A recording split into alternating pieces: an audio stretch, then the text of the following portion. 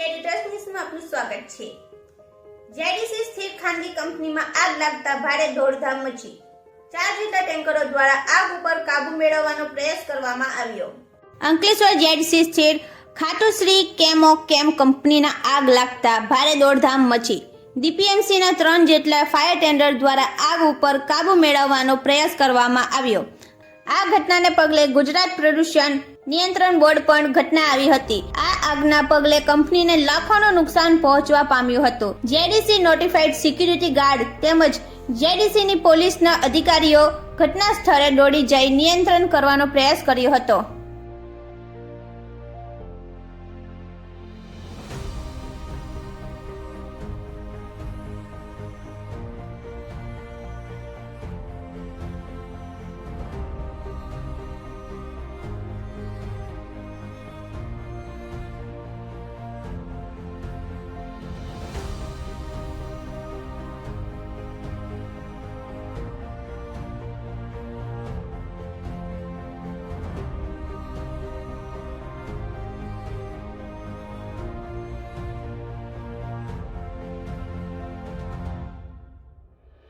ખાતે ખાતુશ્રી કેમિકલ કંપનીમાં અચાનક આગ લાગેલ છે। આગ કયા કારણસર લાગી છે તેનું કંઈ ખબર હજુ તપાસ ચાલુ છે।